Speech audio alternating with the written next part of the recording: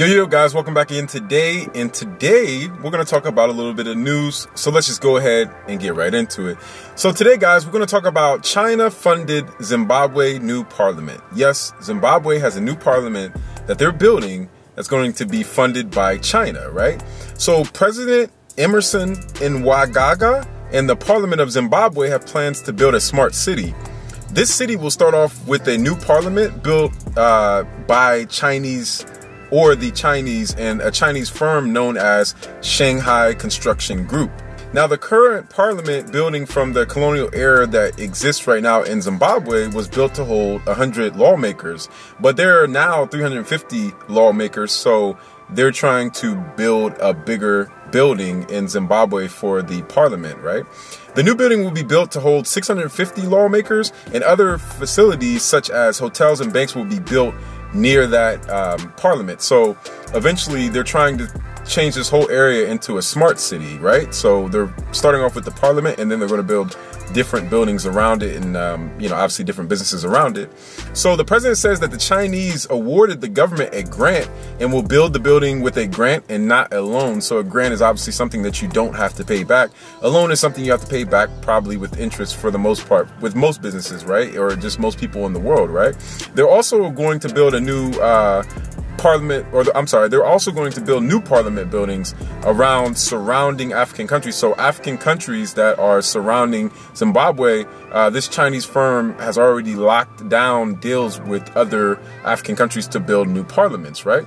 So what do you guys think? Do you think that China is gifting these buildings and these parliaments to Zimbabwe for more influence in that country or in Africa in general? Do you think that any country actually gives things away for free? I think sometimes there's good-hearted people and good companies that do things in the sake of humanity, right? But for some reason, I feel like China is trying to get good in with African leaders, obviously to, use them for natural resources down the line. Who really knows what's going on behind closed doors?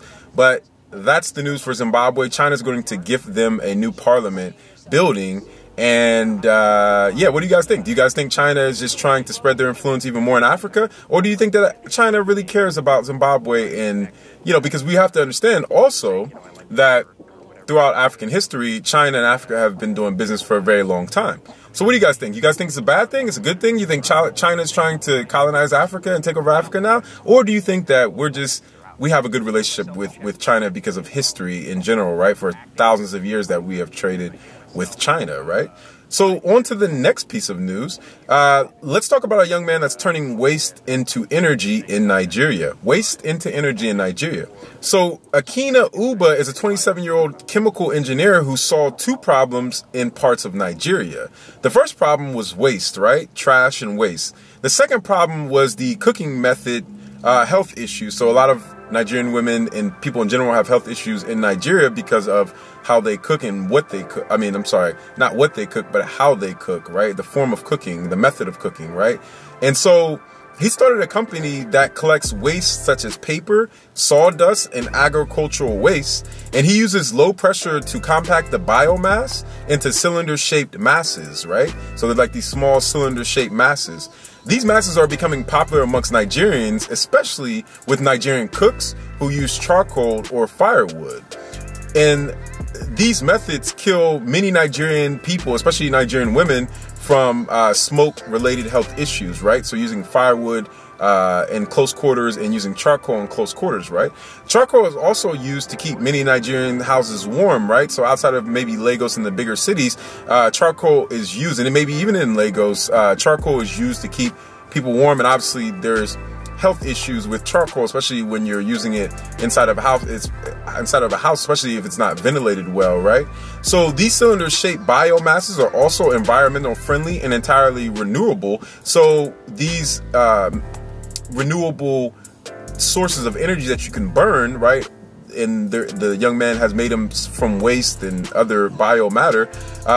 They can also be used as fertilizer after they're burnt. So they have dual purposes, and they're a lot healthier than burning charcoal or firewood in close quarters to cook or to keep yourself warm. So this young man in Nigeria has shown us that you know, you can take a problem and create a solution with it. And also, he also shown us another valuable thing that I think every human being needs to know is waste can be reused again, right? Everything in nature can be used.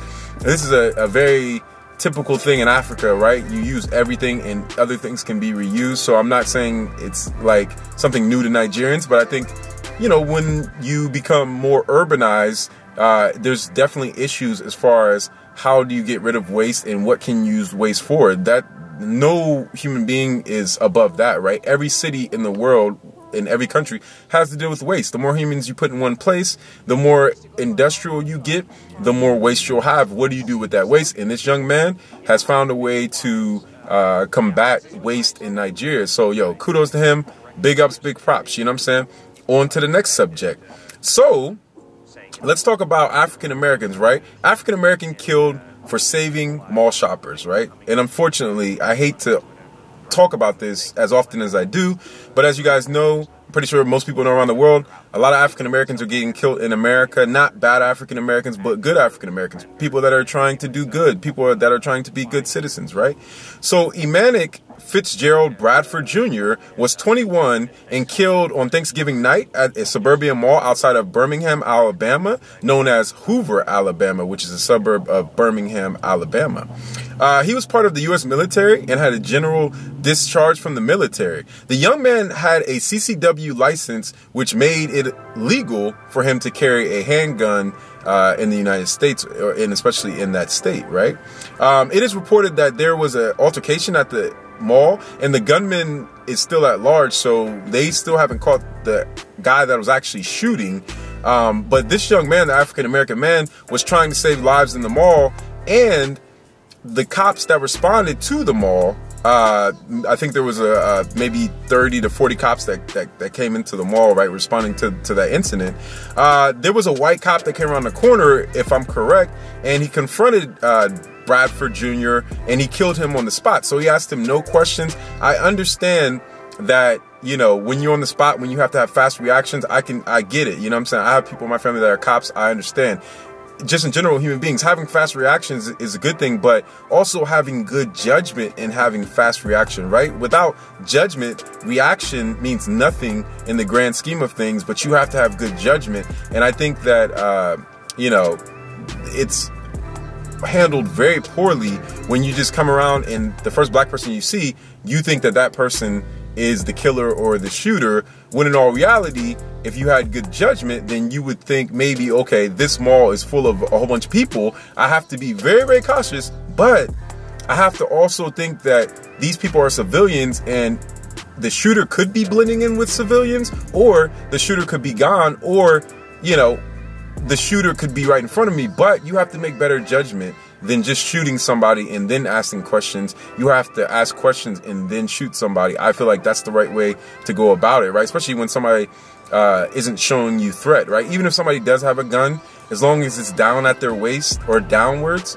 right? And they're not pointing it at you and you have a gun pointing at them out the gate, there's not too many people that's fast enough to lift that gun up before you can shoot them. So I'm pretty sure you should ask questions before you just shoot, right? And it's reported that he was thought to be part of the altercation in the mall and was assumed to be the shooter, right? His family states that they were not contacted by the Hoover police and had to learn via social media. So the family had to learn through social media, which is very saddening and very heartbreaking to think about that. I don't even want to, it hurts me to even think about that. It's crazy because if you think about it, how many white shooters have we seen in America that have just been taken into custody, even with firearms, right? Even with handguns or semi-automatic or automatic weapons, right? And the police still take these young white men into you know, be put on trial, or they arrest them without even beating them up or anything, right? And even shooting back at them, and they take them into the police car, right? Like, we've seen this over and over and over again. That's why obviously a lot of us African Americans are getting sick of it, because we know the game that's being played in this country, and we're not stupid.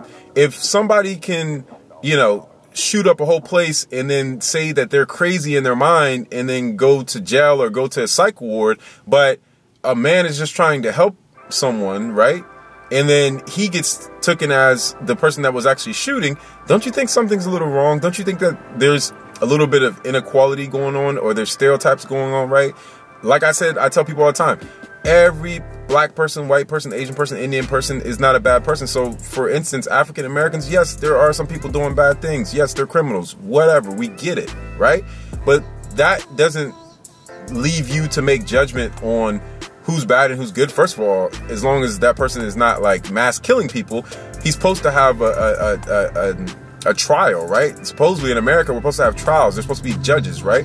There's supposed to be this system in place to see if a person is guilty or not. You just don't shoot somebody out the gate and then ask questions after that. You know what I'm saying? So it's really sickening that this is still going on in 2018. That's why I tell people, yeah, it's 2018, but the only thing that has changed is the year that humans say it is. There's not too much other things that have changed. The things that have been in the beginning of the world are probably going to be at the beginning, at the end of human civilization as well. So prostitution, shootings, violence, things of that nature, those are never going to go anywhere. We try as human beings to make it a better, safer place in this world, but those things are probably never going to go anywhere because they've been here since human existence, right? And there's billions of us in the world. All of us don't think the same, right? We have different cultures, different ways of life. Some people grow up harder, some people don't, right? So I think that cops need to immobilize a person, right? They need to have more training in shooting accuracy, right? I think that if you're a cop and you're not training for accuracy, but you're training for shooting, I think most cops do train for accuracy, but if you can't be put in a life or death situation and you're not training in that every day with accuracy, right? Not just life or death, because it is a hard job being a police, right? It's a hard job. You got to protect and serve, you know, any community around the world. So it's not an easy job, right? It's a very stressful job and scary job, but for accuracy, right? For accuracy. And I don't think, even though I understand about manpower and how many people you might have and underfunding, but I don't think that people that are newer to the force or even older to the force that don't show a good sign of accuracy should be sent on emergency calls like that. I just don't, because they're going to make bad decisions and bad moves, and you never know what somebody's intent is or how they feel about black people or African Americans or minorities in this country in general. And a lot of cops that I know of, I don't think they're being screened. You know what I'm saying? I don't think they're being screened. And of course, we know they're human beings every day, but I don't think a lot of cops are being screened when it comes to personality tests. I could be wrong about that. I'm no cop, so, you know, who knows? You know what I'm saying? Somebody correct me. But if they are being screened, I feel like there has to be more testing, right? There has to be more testing. Just like guns in America, it shouldn't necessarily be as easy to get guns. There should be more screenings and more, how can I say this? There should be more scenarios and more layers before you give somebody a gun with a badge with that kind of power. I'm sorry, I'm always going to stand on that ground, because these kind of things keep happening, and it doesn't look good to us as African people around the world when you keep shooting our people, especially in a situation like here in Alabama, where a person was just trying to help him respond. And also in Chicago, where like another brother, it was a bouncer, right? He was just trying to stop mayhem, and he had a gun and he got shot and killed as well. But white people, obviously, they don't get shot and killed for the most part. They get taken into custody, even though they might have a mass killing, right? It's crazy to talk about and it's crazy to think about, but unfortunately another young black king has gotten killed, and hopefully his family gets justice. And what do you guys think the requirement on cops should be in just this whole shooting of people in America, of minorities and people of African descent? Yo, always like, subscribe to all my social medias. African Network, which is Snapchat, Instagram, Twitter, SoundCloud, obviously YouTube, so share it, and Facebook. And until next time, each one teach one, and yo, peace, one love. What's up, what's up? Hey. Shalom. What up? Hi. African